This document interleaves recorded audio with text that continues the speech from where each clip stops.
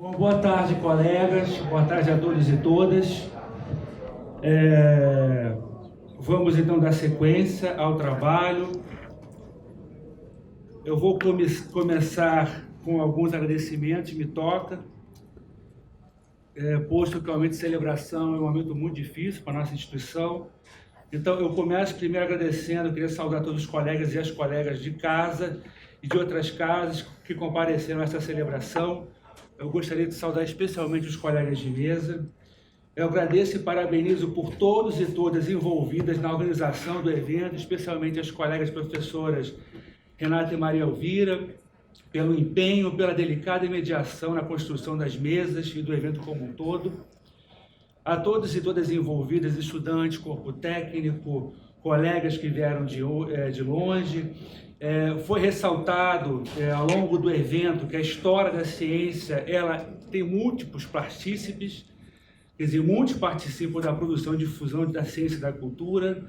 Do ponto de vista mais geral do momento por que passamos nessa casa, no Museu Nacional, nesse momento eu também devo agradecer aos demais colegas de PPGás pelo empenho nessa fase de reconstrução, em todas as áreas de atuação que a vida acadêmica, museal e administrativa implica. Eu peço licença especialmente aos meus colegas de PPGás para agradecer a nossa atual coordenação pela sua condução nesse momento de dificuldade, em especial depois que o professor Luiz Fernando chamou da grande destruição. Então, posto isso, sem mais delongas, pelo avançado da hora, eu já passo a mesa. A mesa, então, se titula Política de Ação Afirmativa no PPGás. Nós vamos ter que fazer um rearranjo por conta do avançado na hora. Nós precisamos terminar às 6 horas, não só porque ainda temos uma atividade, mas porque pelo horário aqui do Horto ele fecha, né? Então, eu passo ao colega, professor da URGS, José Carlos dos Anjos, para fazer, então, a sua fala. Tá? Muito obrigado.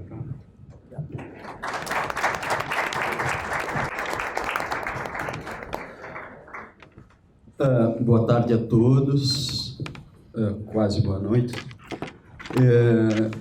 Eu gostaria de começar por agradecer o convite que eu recebi, que muito me honra de estar aqui e fazer essa interlocução.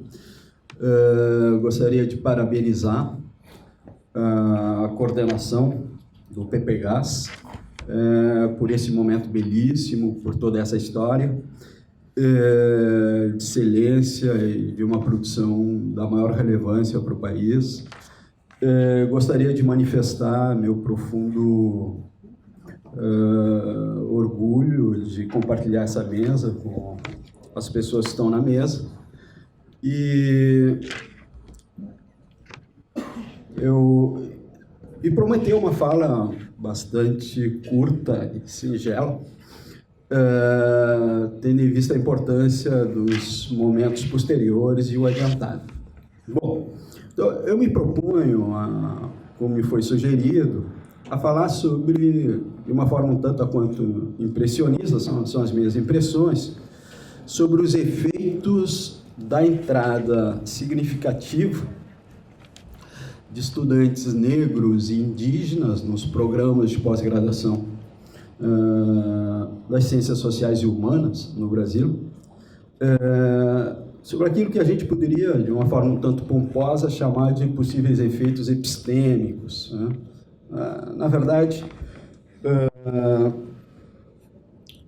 as orientações principais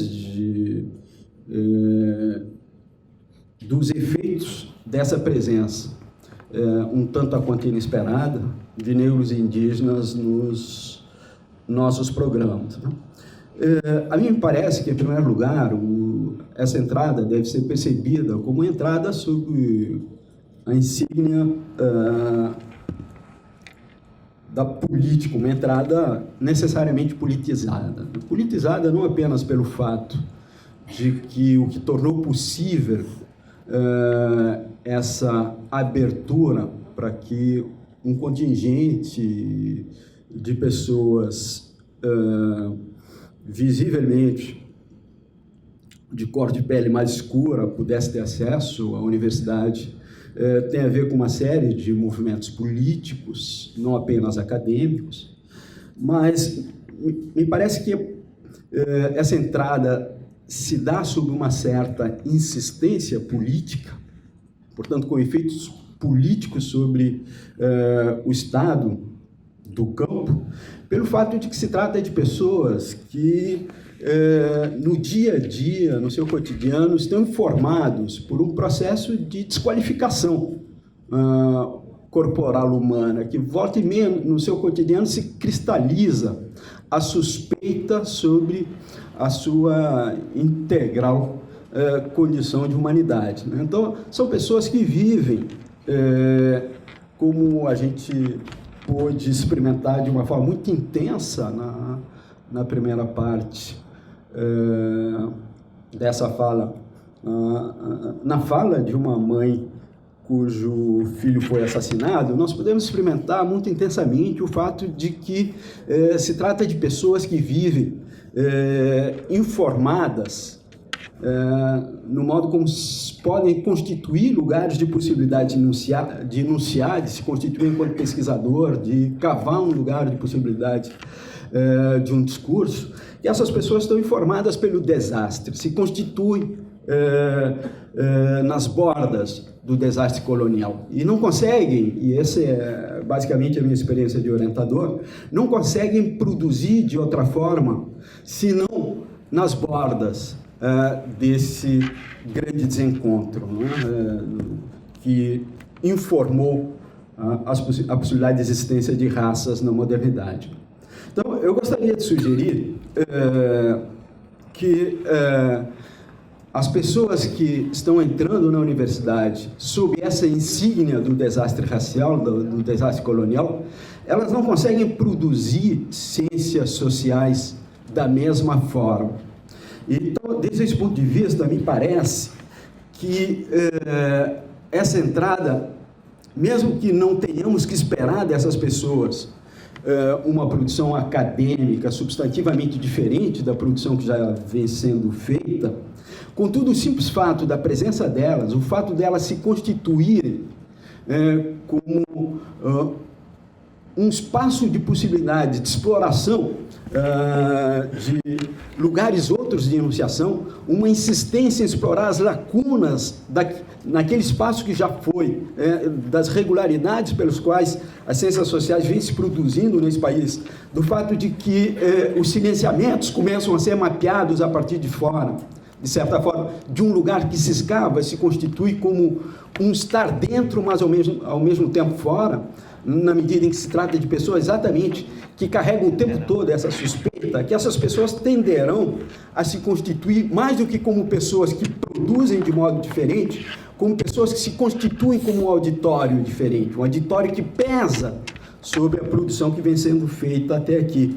Essas são as duas dimensões que eu gostaria de tratar muito rapidamente. Em primeiro lugar, eu gostaria de dizer que as pessoas que me chegam, e eu estou num programa de pós-graduação em Sociologia, que adotou política de cotas e que, pela minha condição de negro, tendem e pela minha insistência por política de reservas de vagas, o que chega de cotistas tendem a me ser relegado. Então, tem um número excessivo de orientandos cotistas na pós-graduação, e o tempo todo eu sinto uma certa regularidade, é como se essas pessoas chegassem, e isso durante um certo tempo me irritou, essas pessoas chegavam o tempo todo retomando o tempo da escravidão, como se, para enunciar, tivessem que necessariamente reescrever uma história cujo início, tivessem que reconfigurar um lugar de enunciação que tem um certo lugar de origem, né? Que é o processo da abolição e o racismo pós-abolição, os movimentos negros ao longo desse processo. Me parece, aos poucos eu fui percebendo que, na verdade, essas pessoas não escrevem sobre o mesmo regime de temporalidade das regularidades constituídas nesse espaço, que elas insistem em dar conta do fato de que se trata de um outro tempo de enunciação e que eles estão situados em um outro lugar de possibilidade de enunciação, que é justamente um lugar que necessariamente impõe um sentido de produção nas ciências sociais que se relaciona com isso, com o desastre colonial, com o desastre da constituição de raça. Então, só para pegar 2 exemplos, uma das minhas orientandas chega para mim, depois de 30 anos de militância no movimento negro, para me dizer que a cidade de Porto Alegre é uma cidade de um conjunto de monumentos brancos que cristalizam uma paisagem que carrega intrínseco a temporalidade da conquista, uma série de generais brancos em cima de cavalos povoam a cidade dessa insígnia que o Mbembe chama do espírito cão do tempo colonial. Então, e ela contrapõe a essa pele branca da cidade um momento da década de 90 em que o movimento negro, do qual ela faz parte, constitui um percurso do negro na cidade, que é, na verdade, o percurso dos escravizados, o percurso pelo qual os escravizados, de certa forma, se inscreveram na paisagem da cidade, reclamando uma outra temporalidade. Então, o movimento negro, ao retomar esse momento pós-abolição, ao plantar no centro da cidade o tambor dos escravos, de certa forma, eles fazem as estátuas brancas delirarem sobre um outro tempo, o tempo de um passado que, na verdade, não se esgotou, que se faz contemporâneo do momento presente. De certa forma, é como se essas pessoas estivessem reclamando a ideia de que nós não sabemos, de fato, em que medida o projeto genocida desencadeado no século XV não continua ali como um presente de longa duração. Em que medida as nossas produções em ciências sociais não continuam sendo produções que, de alguma forma, podem estar sendo cúmplices de um processo genocida que precisa ser desconstituído. Então, essas pessoas não escrevem do mesmo lugar das regularidades e iniciativas constituídas aqui. Essas pessoas escrevem desde um lugar de urgência com relação à possibilidade disso, da sobrevivência. Eles chegam aqui um pouco como aquela mãe dizia na primeira parte da fala, como pessoas que não são vítimas, são sobreviventes aqui dentro e precisam continuar sobrevivendo. E essas pessoas, esses cotistas que entram nessa universidade, eles entram como sobreviventes. Se entram sob uma temporalidade em que o que está em jogo são as possibilidades de que o sentido de existência de um povo diasporizado continue se fazendo enquanto existência. Isto é, a possibilidade de se constituir e narrar a história desde um outro lugar, desde um lugar em que uma outra orientanda me propõe também, depois de muitos anos de militância, em que é necessário reescrever a história da militância negra em Porto Alegre, uma militância negra que no Grupo Palmares reinventou a data da emancipação negra, abolindo a data de maio da Princesa Isabel e reescrevendo na paisagem política do país a data de novembro, de Zumbi dos Palmares. Quando essa mulher me propõe que a poesia de Oliveira Silveira, esse militante cultuado como aquele que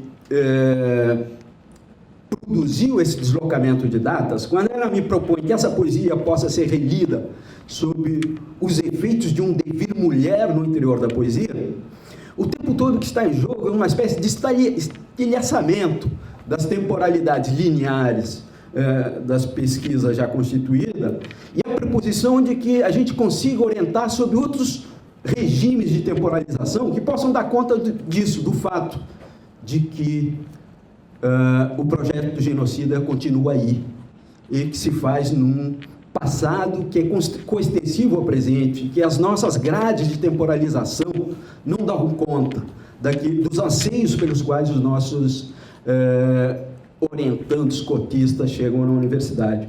Então, eu gostaria muito rapidamente de propor que essas pessoas que estão chegando na universidade, de múltiplas formas, estão desarrumando os nossos campos enunciativos. Eles estão nos propondo, em primeiro lugar, uma dissolução da nossa estrutura temporal. Em segundo lugar, eles estão nos propondo uma reconfiguração daquilo que se festeja como estrutura outrem, nessa narrativa delirante de um processo pelo qual se vai do estranhamento a uma familiarização, essa familiarização que permite a celebração dos encontros quase fusionais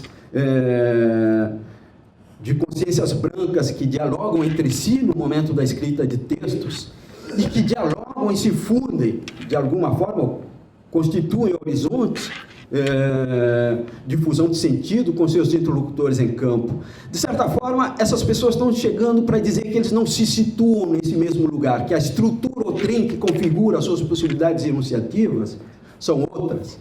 E que, portanto, é necessário pensar que existe uma multiplicidade de possibilidades de se fazer antropologias que não outras. Um terceiro aspecto que eu gostaria de chamar a atenção, além da estrutura ou trem e da dimensão de tempo, é o fato de que essas pessoas reclamam outros cânones. Nos propõem que percursores para as ciências sociais que estão dispostos a fazer sejam outras pessoas.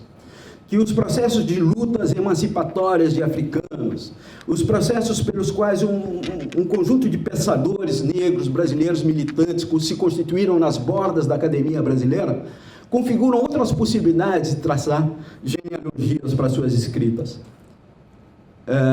Sob esse outro arquivo, esses nossos estudantes nos propõem que eles possam escrever de outros lugares. Isso é extremamente difícil de ser orientado, em primeiro lugar por isso, porque faltam interlocutores, falta disciplina essa escrita. Nós não sabemos, eu enquanto orientador pelo menos, não sei como disciplinar essa escrita.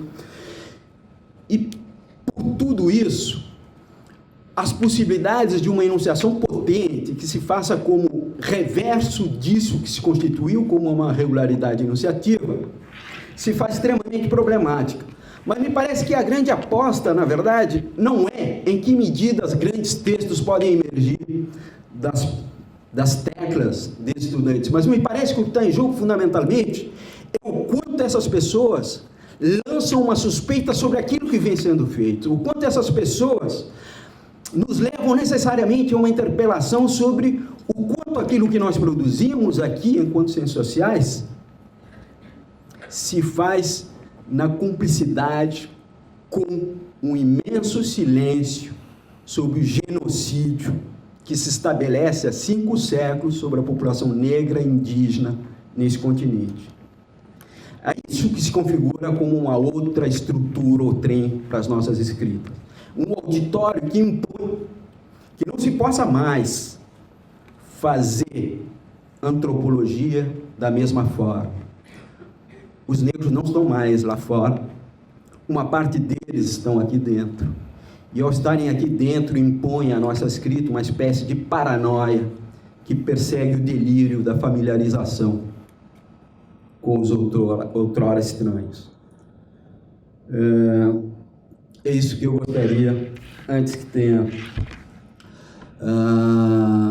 de esgotar o meu tempo, que eu gostaria de propor-vos como sendo a possibilidade de que nós possamos fazer mais e melhor antropologia, na medida em que não fazemos mais a mesma antropologia de antes, antropologia para o mesmo auditório, na medida em que agora nós precisamos levar em conta que tem gente aqui dentro que está fora do lugar. Obrigado. Boa tarde. Eu inicio agradecendo o convite e a oportunidade de cumprimentar aqui os companheiros e as companheiras da mesa. Também aproveito para parabenizar os 50 anos aqui do programa.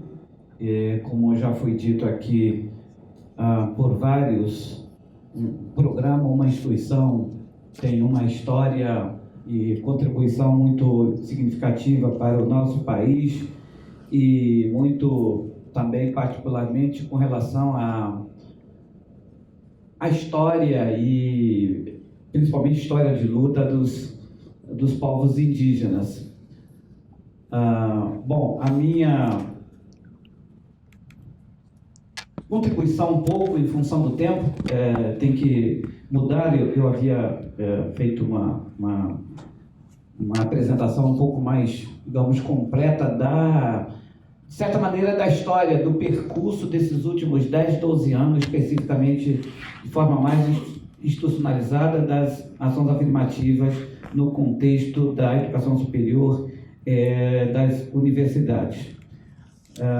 Bom, eu quero, em função do tempo, resumir, de certa maneira, em 2 quadros. O primeiro quadro é um pouco considerar, de certa maneira, esse primeiro momento da chegada, da entrada de indígenas na universidade. Eu caracterizo essa primeira entrada, obviamente, com um período de, eu diria, bastante estranhamento, né? Estranhamento das 2 partes, da instituição universitária, mas também do indígenas, né? Quando eu sempre vejo escritos de indígenas sobre sua experiência na universidade, é sempre um pouco, para mim mesmo como indígena, um pouco assustador, não é? Às vezes chega com uma certa crítica, que muitas vezes não contribui um pouco para o que se propaga, o que se procura, que seria o diálogo, não é? Enquanto uma certa compreensão, respeito entre os diferentes sujeitos, no caso indígenas e não indígenas, e os diferentes sistemas de conhecimento, os conhecimentos indígenas, os conhecimentos da universidade, né? Os conhecimentos assim considerados científicos. Então, acho que é um mútuo estranhamento. Isso, nesses últimos anos, tem evoluído. Eu acho que todos nós, indígenas, que tivemos essa experiência nos últimos anos, passamos por esses momentos. Hoje, eu tenho muito mais tranquilidade para falar dessa experiência, porque começo a ver o início de uma segunda fase dessa experiência de indígenas na universidade, muito particularmente. Qual é esse momento? Eu acho que é um momento em que, de certa maneira, os espaços, os sujeitos e os processos começam a ganhar forma, começam a ganhar certa solidez do ponto de vista de algumas perspectivas possíveis de serem pensadas, tanto do ponto de vista das perspectivas próprias dos indígenas enquanto sujeitos individuais, são jovens, estudantes, pesquisadores, estudiosos e assim por diante, quanto das instituições que, de alguma maneira, em muitos lugares, as instituições também se espernearam, se esforçaram para tentar ver o que fazer com esses novos sujeitos que agora estavam dentro de suas instituições, não é? Eu talvez seja um dos poucos indígenas que tem esse privilégio de poder acompanhar essas experiências, não é?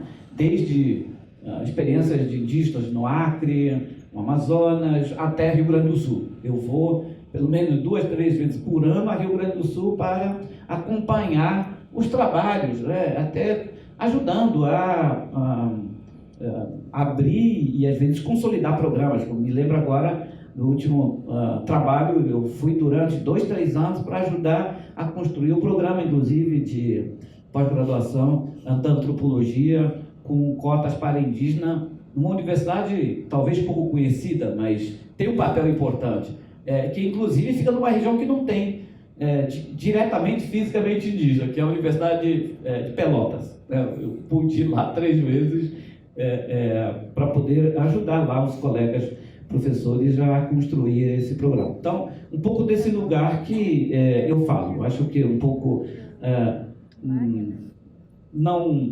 embora eu diretamente não fui de alguma maneira beneficiário direto da ação afirmativa ou de política de costas, a minha formação foi anterior a isso, mas isso também me permitiu ter um olhar, não é?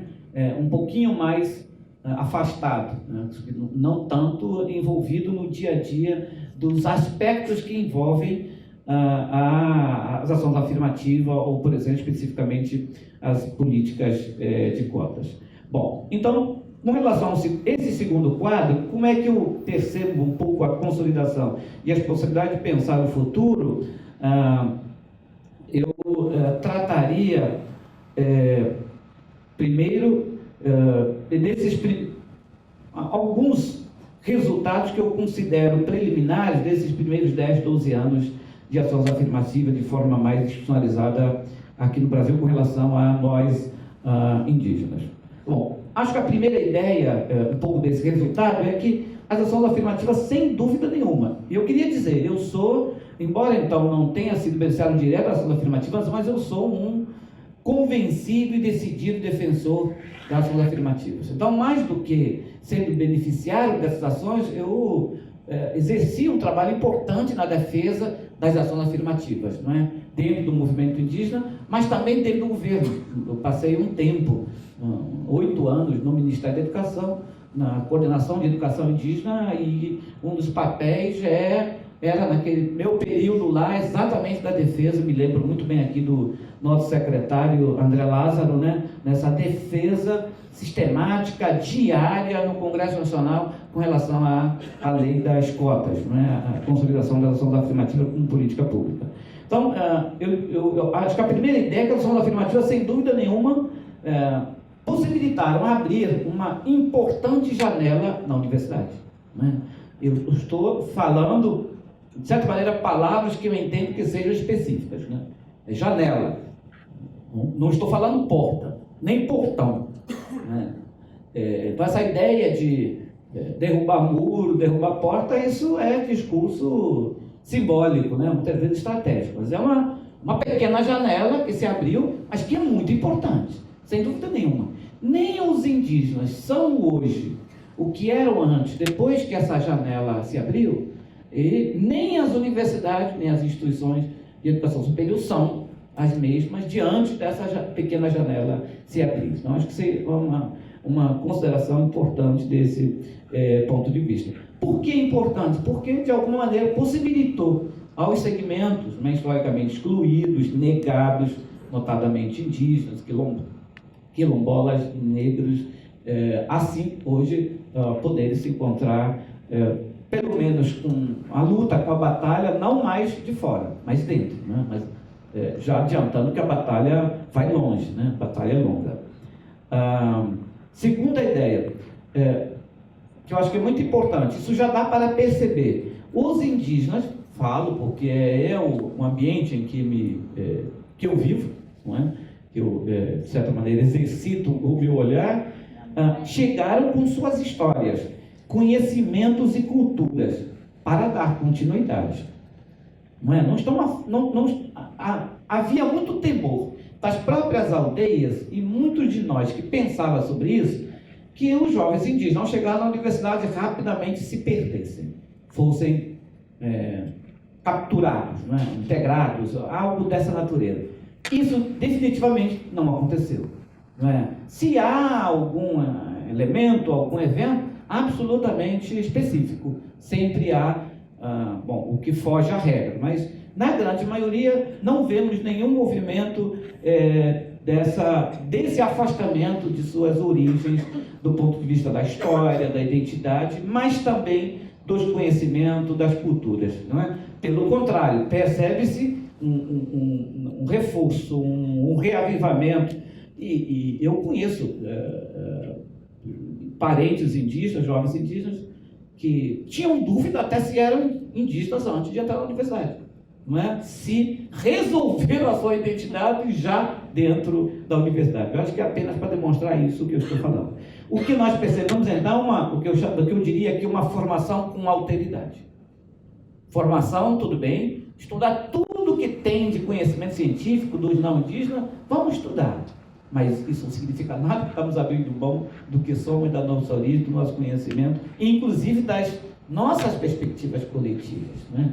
Embora tenha jovem indígena que às vezes diz na universidade, me cobra, que eu tenho que estudar, voltar para a aldeia, não vou voltar, isso também é sempre um discurso. Mas a conexão, a relação, ela não se dá física, espacialmente, né? Ela se dá muito além disso, né? A relação com a identidade étnica é praticamente transcendental, ela não vai muito além do que a gente poderia imaginar do ponto de vista espacial, proximidade física ou espacial. Bom, a terceira ideia, a universidade bem que tentou e tenta integrá-los e convertê-los, isso sim, isso é verdade. As disciplinas pouco mudaram seus currículos, sua forma de acolher, sua forma de dialogar, não é? Continua tentando convertê-los. Bom, mas isso, na minha opinião, não tem sido exitoso. Não é? Eu até percebo que a universidade está quase desistindo. Não é?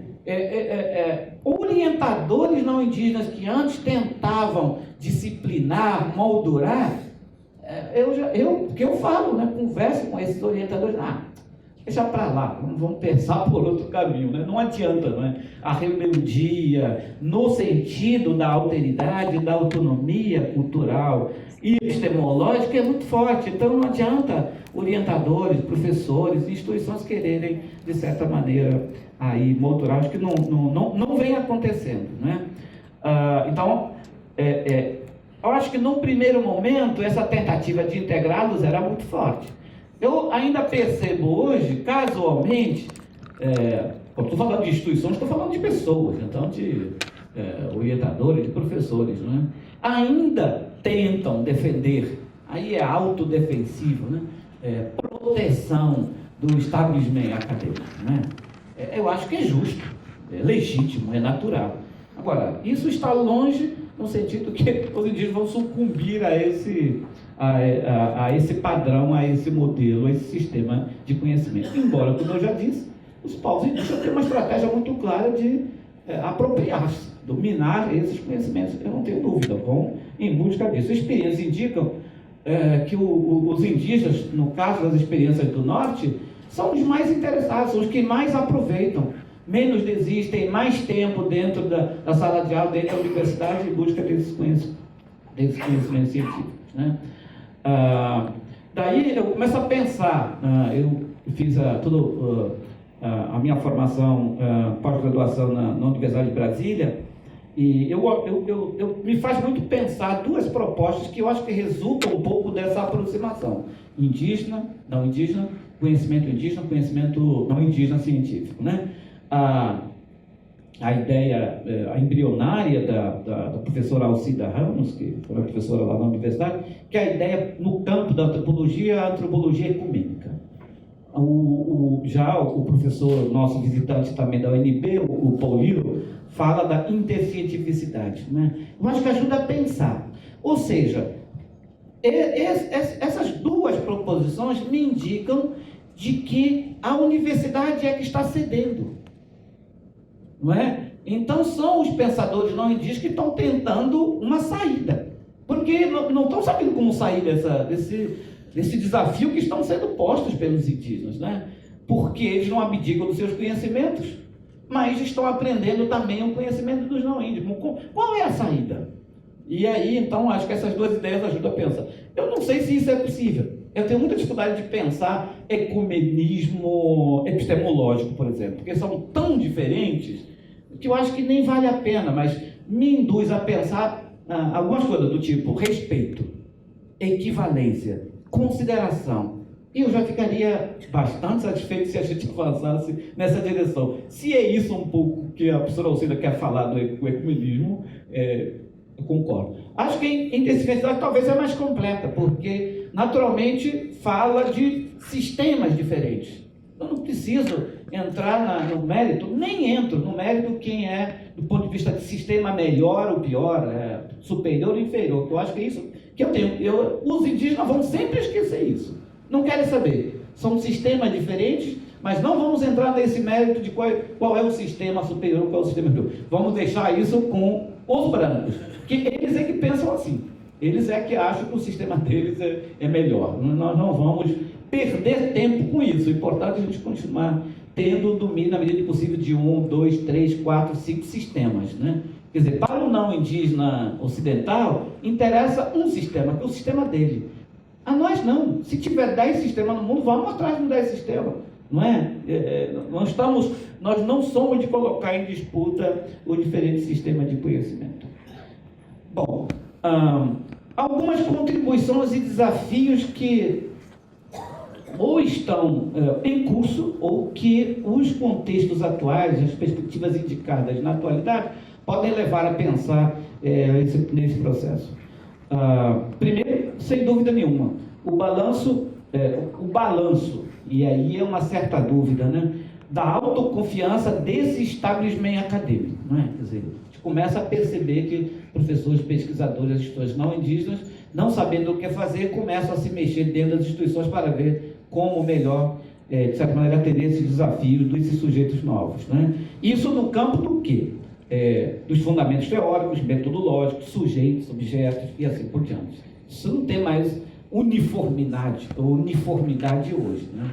Quer dizer, acho que pesquisador, intelectual, que se preza, ficou muito pobre, até digo caricatural, ficar defendendo apenas um monólogo nessa direção, porque isso não existe mais dentro da academia. Pode existir na cabeça de algumas pessoas, mas a instituição acadêmica já não é mais isso, sobretudo com a presença desses outros sujeitos, né? A necessidade da reconfiguração, talvez da ressignificação do modelo, do próprio modelo acadêmico, com esse balançar que hoje que se situa. Os abalos têm a ver porque começamos a trabalhar com novas ciências, retomando a ideia, por exemplo, da intercientificidade política. Não é? Quer dizer, não podemos nós falar agora na universidade de uma ciência.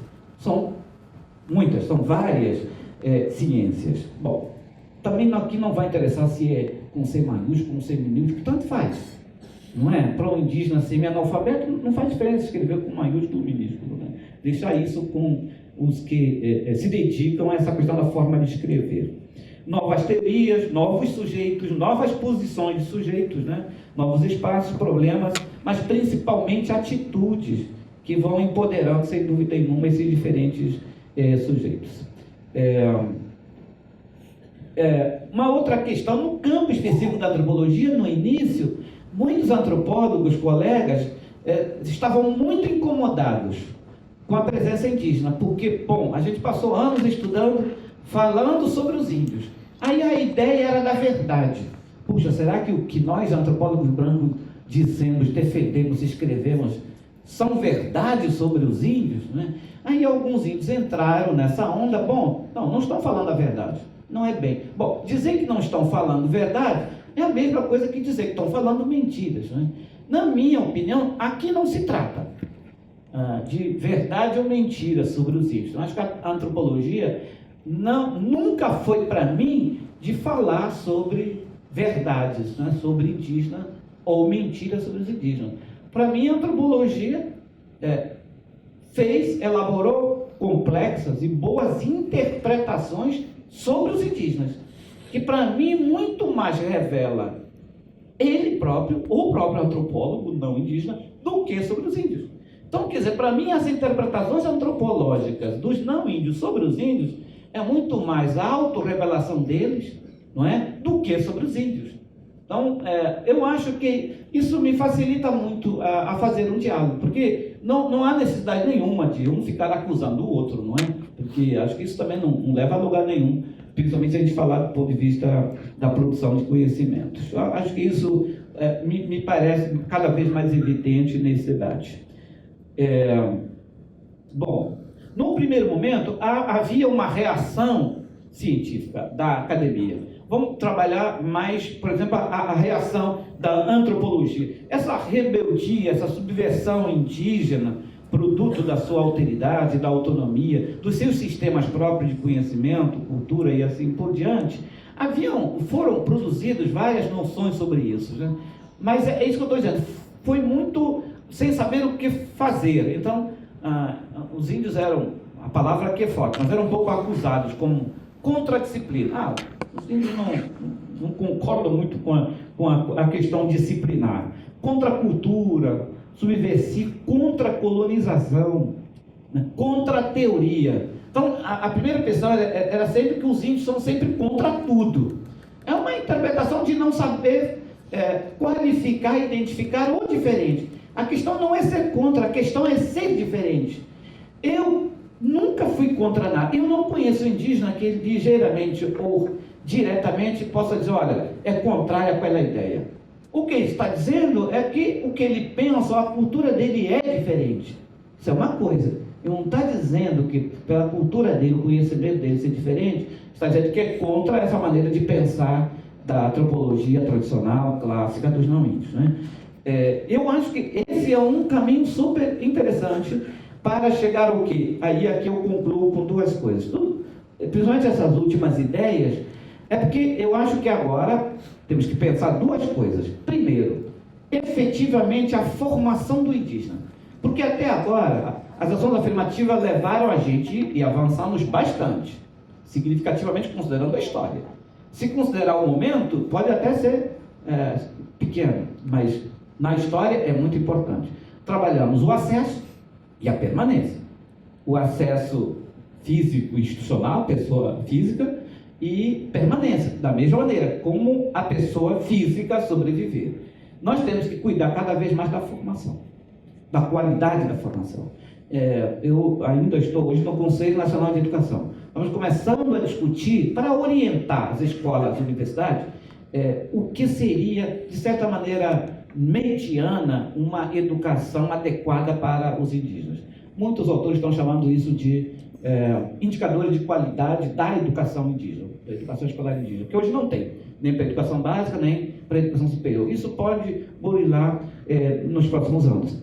Ou seja, então, acho que a partir desse ponto de partida, qual é então um pouco o próximo passo que a gente vai fazer?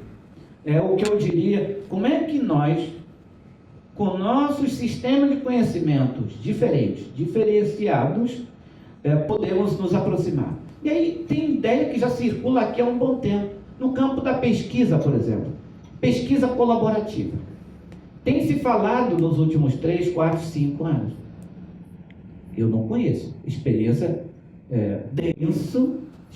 densa no chamado trabalho pesquisa colaborativa. Acho que existem ainda desenhos muito iniciais, deveríamos avançar muito, né? Isso para ficar com uma ideia mais simples do que ficar pensando aí já profundamente em intercientificidade, interculturalidade e assim por diante, que para mim são muito mais válidos.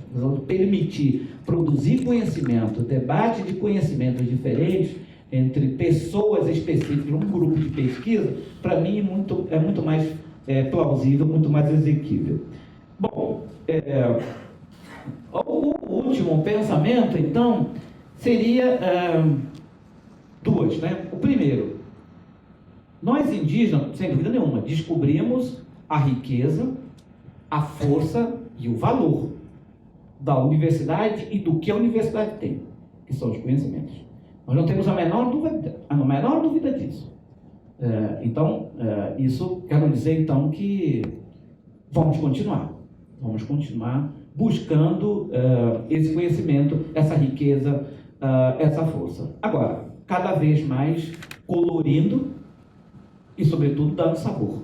Porque a ciência do branco, na minha opinião, sem os índios, é um conhecimento muito insosso.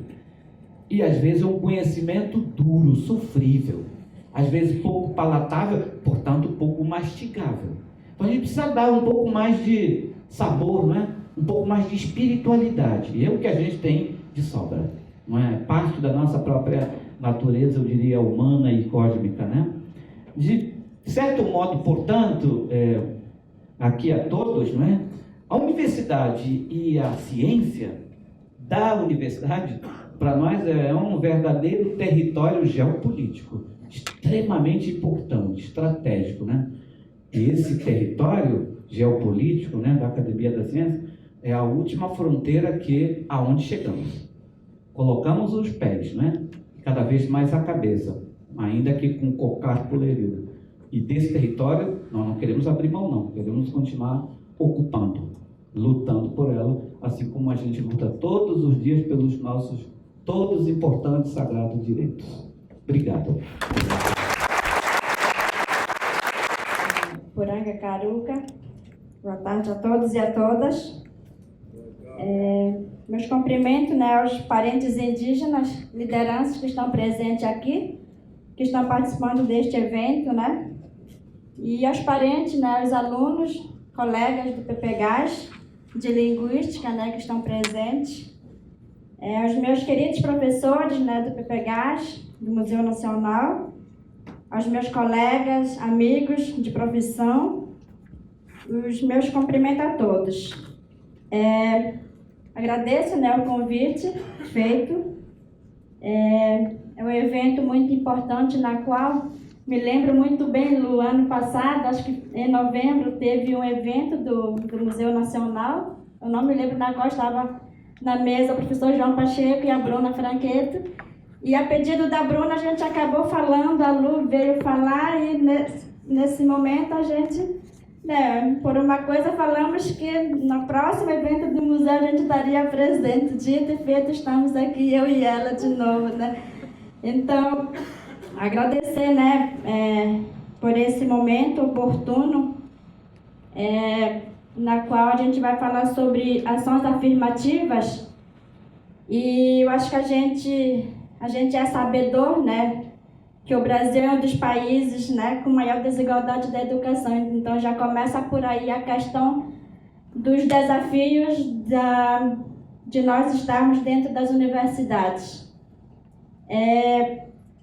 Eu pontuei umas coisas que eu acho essencial falar nesse momento, é que quando a gente fala em políticas afirmativas, devemos pensar que a discussão é antiga, mas a prática ela é bem recente dentro das universidades. As instituições públicas de ensino superior em todo o país passaram a adotar medidas para facilitar a entrada de estudantes prejudicados pela desigualdade social e racial persistente no nosso país.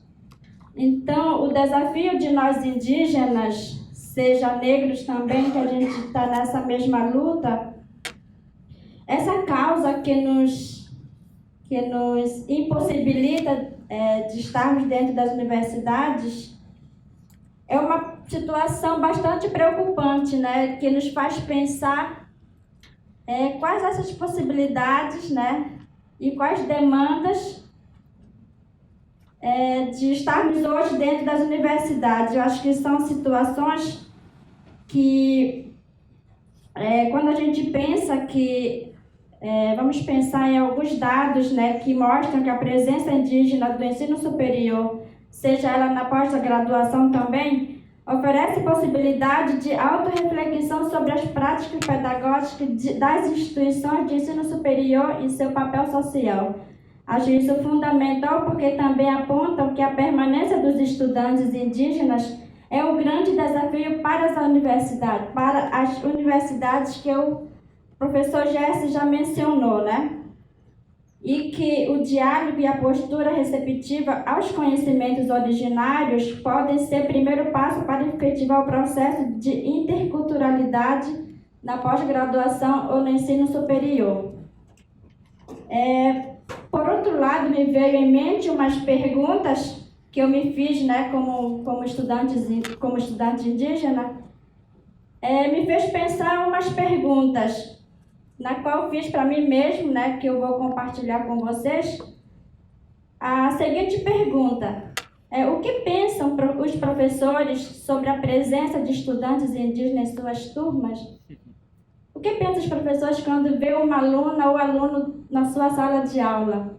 O que vem na sua mente, O que esse indígena está fazendo aí? O que eu posso fazer para que esse aluno tenha um entendimento melhor sobre o conteúdo? Será que algumas vezes nós, professores, já nos perguntamos sobre isso, Outra pergunta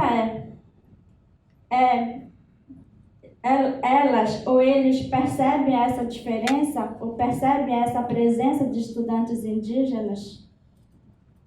E os demais estudantes, colegas, que convivem com nós alunos indígenas em sua sala de aula, o que pensam da gente, Os colegas não indígenas.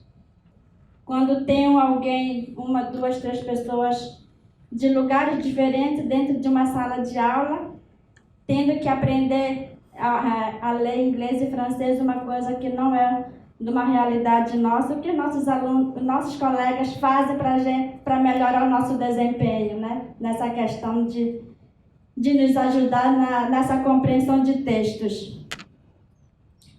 E o que pensam e como agem diante dessa presença? Eu acho que são situações, perguntas fundamentais para a gente tentar responder e entender esse processo da diversidade, da especificidade de alunos que vêm de territórios diferentes, de lugares diferentes para estar nessa instituição, que é uma instituição muito diferente da nossa. Então, acho que são perguntas relevantes, né, que eu me fiz por eu ser indígena e por estar aqui nessa instituição e por eu perceber várias situações referentes aos alunos indígenas. Então, com tudo isso, fiz uma análise mais geral, que acho que seria duas questões centrais quando se fala em ações afirmativas. O primeiro seria o ingresso de estudantes indígenas dentro das universidades. Dentro desse ingresso de estudantes indígenas, poderíamos pensar modelo de implantação da política e do processo seletivo para o ingresso. A segunda seria a questão relacionada à permanência desses estudantes indígenas dentro das universidades. Isso seria o programa de apoio financeiro e pedagógico, né, para a gente, estudantes indígenas. Relação institucional com os estudantes. Ações de acompanhamento e desafios institucionais na garantia na permanência. Porque eu acho que são esses que são os maiores desafios para a gente quando se fala em ações afirmativas para os indígenas. Embora que, em primeiro momento, né, dessas questões do ingresso, e a segunda questão é a permanência. Como podemos fazer para que o aluno permaneça, conclui o seu estudo até o final? Porque muitas das vezes a gente oferece, a gente abre uma janelinha, né, e a gente aproveita essa janela, e a partir do momento que você passa nessa janela, você passa a ter outros desafios para se manter dentro da universidade, dentro de uma cidade, fora da sua realidade, fora da sua comunidade. E de que forma garantir a esses estudantes uma permanência digna, adequada, que ela possa se sentir em casa, que ela se sinta acolhida pelos professores, pela universidade, pelos colegas e pela cidade como um todo, né? E a outra questão, eu acho que assim, o maior desafio nosso como estudantes indígenas você passou, tudo bem, você já está ingressado dentro da universidade. Mas aí, se o acesso se dá de uma forma diferenciada, eu acredito que as condições de permanência terão um sucesso maior. Porque eu acho que, respeitando essa especificidade, respeitando essa questão de pluralidade que nós, indígenas, carregamos, como eu sempre falo, né, que os alunos indígenas é o que eu acho que, assim, em outros contextos eu falaria tudo que o professor Gerson já falou, né, um parente meu, em forma de palavras resumidas, o que é a nossa presença dentro da universidade como indígenas. A nossa contribuição em relação ao nosso conhecimento, em relação ao nosso aprendizado. A gente veio para a universidade justamente para levar essa outra coisa, né? Colocar mais fermento, né? O tempero, o sabor para essas produções acadêmicas, do nosso ponto de vista. Não dizendo que a gente é o melhor que o outro, mas sim justamente para contribuir, para enriquecer essas produções acadêmicas. Então, a partir desses desafios, né, que a gente enfrenta como estudantes indígenas, quando se fala em ingresso em relação às políticas afirmativas, aqui no Museu Nacional a gente tem o privilégio de sermos acolhidos pela universidade, pelos professores, pelos colegas. Mas quando a gente pensa em outros indígenas que estão em outras universidades, são outras situações, são outros desafios. Porque pelo fato, às vezes, só tem um indígena que ingressou naquele ano, então ele vai sofrer o racismo, o preconceito por ele ter passado pelas cotas, por ele ter passado pelas ações afirmativas.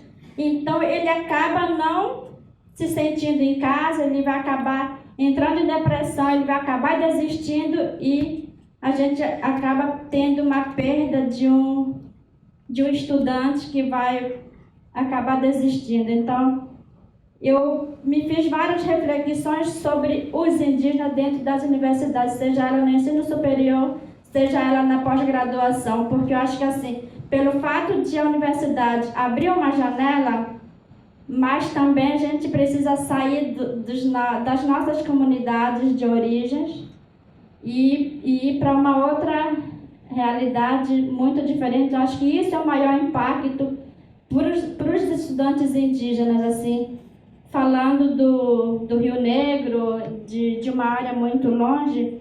Então, o impacto dessa adaptação é muito maior. Então, a desistência ela pode ser maior também, se, no caso, a universidade não abraçar, né, não dar conta da situação. Por outro lado, me fez pensar, quando se fala em políticas afirmativas, sobre a criação dessas políticas, também decorreu de uma reivindicação do movimento indígena.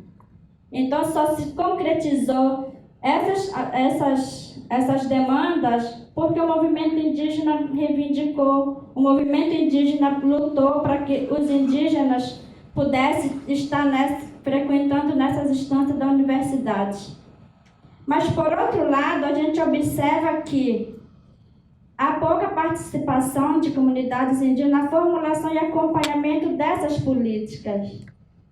Então, acho que são dois momentos. O movimento indígena reivindica esses direitos, mas, ao mesmo tempo, o movimento indígena, as comunidades não participam dessa construção de como vai ser feito o processo do acompanhamento, da formulação dos critérios, como que vai ser o ingresso, como que vai ser feito o recebimento dos alunos. Então, a gente fica nessa situação de...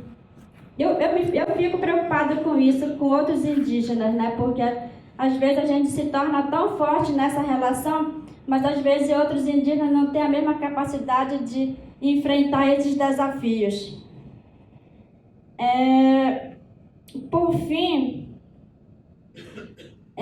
acho que se formos fazer um mapeamento de ações afirmativas, né, voltado para nós indígenas, seja do ensino superior, da pós-graduação, acho que é bom salientar que a importância da multiplicação de núcleos de apoio dentro das universidades, que possam acompanhar de forma qualificada a população, né, que é a gente, em termos pedagógicos, culturais e políticos, de modo a garantir sua permanência e sucesso no ensino superior nessa construção de produções acadêmicas, né?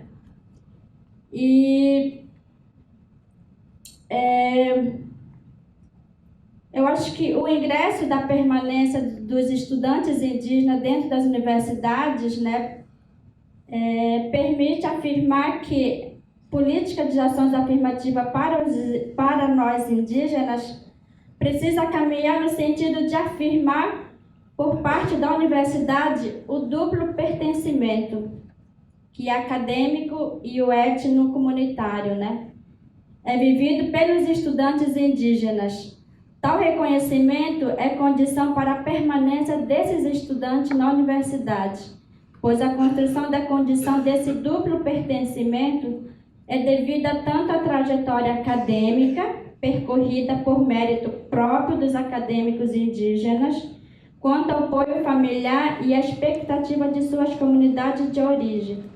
Porque nós, estudantes indígenas, a gente não está aqui como uma pessoa, como Fran. E eu estou aqui representando a região de onde eu vim. Então, você carrega uma responsabilidade de vir aprender, de compartilhar o seu conhecimento e depois retornar para a sua região, para a sua comunidade, para a sua cidade, porque até então as pessoas que te conhecem, você eles sabem que você está aqui por uma boa causa. E apesar dos desafios, apesar de toda a questão que a gente passa por estar no território que não é nosso, a gente se mantém firme, a gente se mantém firme e forte nessa luta de estar longe de casa. Eu acho que a gente passa por situações também que a questão psicológica, né, para nós indígenas, o quanto é difícil se adaptar a uma outra realidade. Acho que isso não é minha, é dos parentes que estão aqui também. A gente compartilha umas conversas na qual a gente sente muitas das vezes uma falta do nosso território. E como é tão difícil e desafiador estar longe de casa, estar saudade de tomar nosso chibé, né? Chibé de açaí, vinho de pupunha, quinhapira, né? Peixe com pimenta. O quanto é difícil passar a viver numa outra realidade, aí você passa a comer, certo, coisas sem caldo, né? O meu pai sempre diz que quando você come arroz e feijão, o seu coração fica seco. Então você passa meses aqui, você é obrigado a se adaptar a uma outra realidade, mas você sente uma falta enorme do seu dia a dia, da sua vivência, de fazer a sua rotina. Eu acho que a gente indígena, a gente é muito guerreira, porque você estando na sua comunidade, você faz outras coisas além de estudar. Você faz milhões de coisas além de estudar.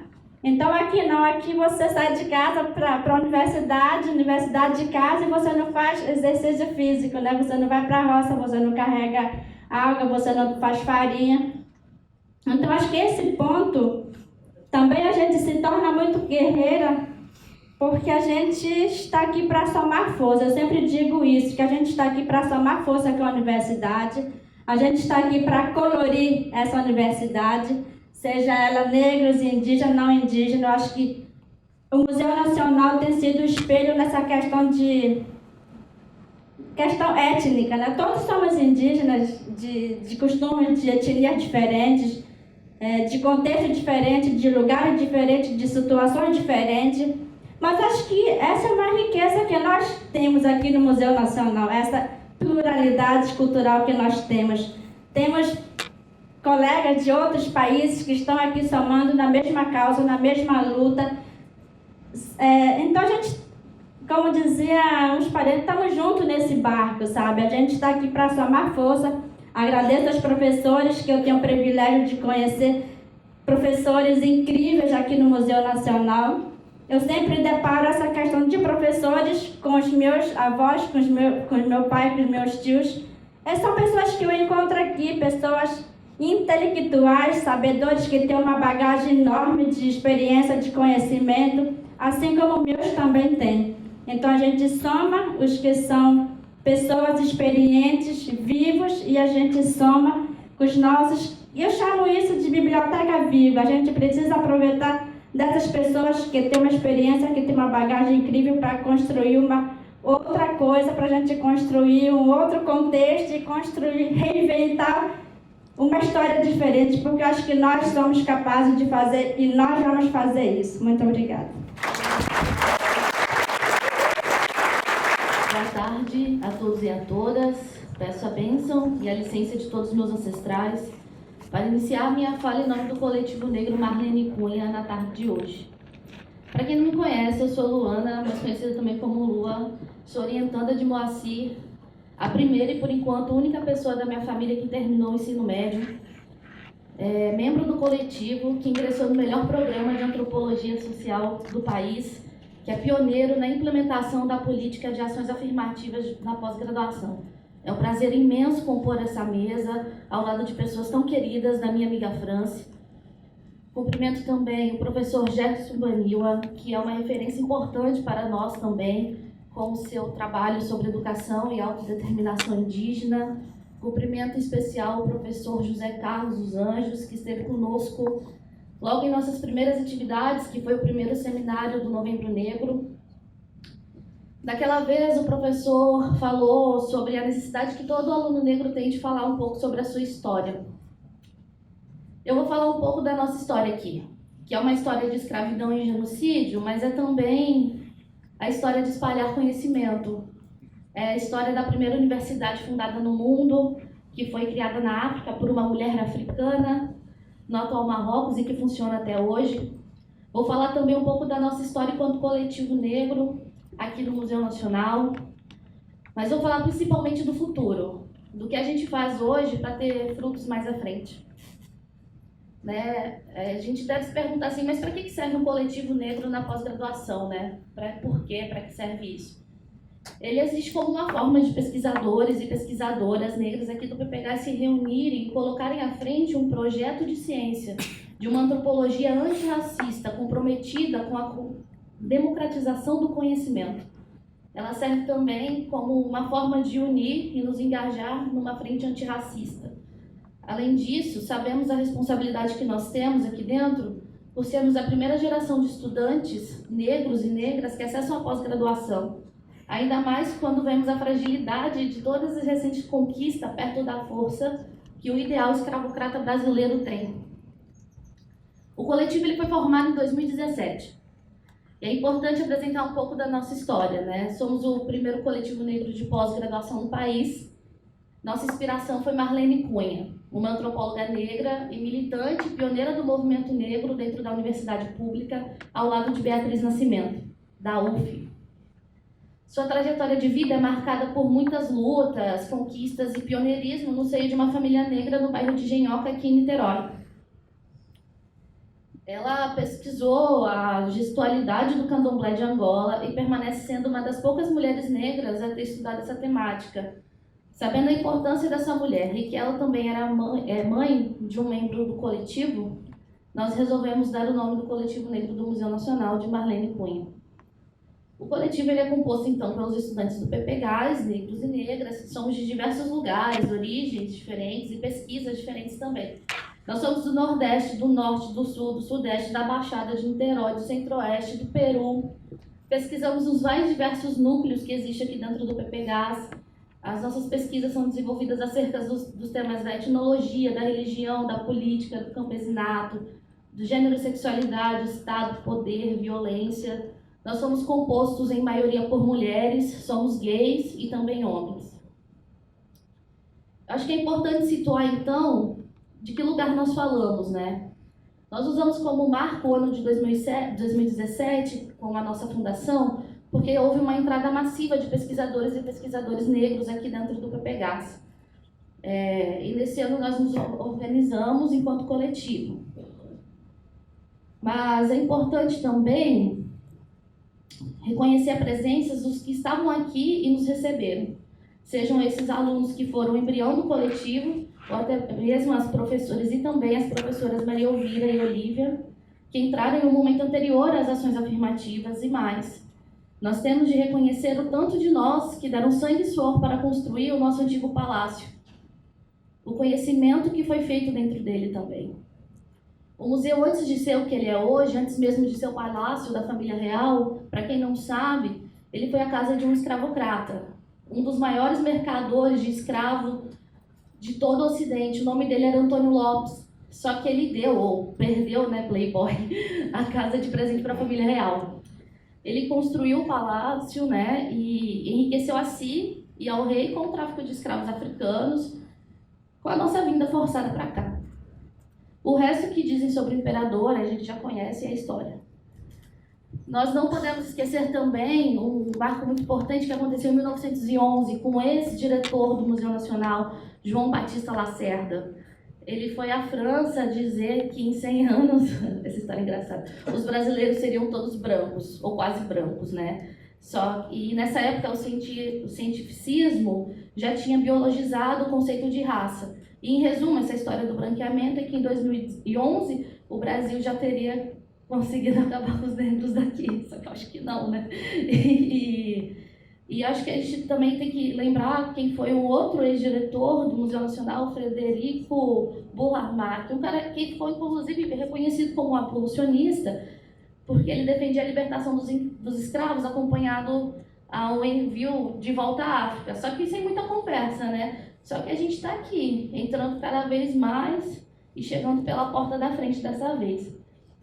E aí eu fico pensando por que eu estou retomando tudo isso, né, nesse contexto histórico. Porque o lugar que foi construído com o suor e o sangue do nosso povo, para não ser chamado de nosso, agora tem gente aqui abrindo a porta da frente, fazendo esse movimento negro, o Marlene Cunha enchendo o horto, como foi a última aula inaugural do ano passado com o professor Kabengele Munanga, trazendo novos debates também, como foi com a professora Luciane Rocha, esse ano, na nossa última aula inaugural, fazendo seminário com roda de jongo, com fuzuê, fazendo a ciência e a antropologia fazer sentido para o máximo de pessoas. E até na televisão a gente já saiu. Vocês viram? A gente está muito metido. Enfim, e botando cada vez mais gente negra para dentro, porque o plano deles não deu muito certo, a gente é muito abusado mesmo, e é um povo com muita ousadia. Então essa é a importância dos nossos corpos dentro da sua instituição, porque além de um giro histórico, é também uma cura. E aí eu acho que é importante pensar, então, o que é que o coletivo Marlene Cunha tem feito, né, e o que ele quer aqui dentro. E tudo isso só pode ser feito com muita organização e com parceria com os professores, com a coordenação, com os nossos colegas, com respeito e trabalho também dos nossos funcionários.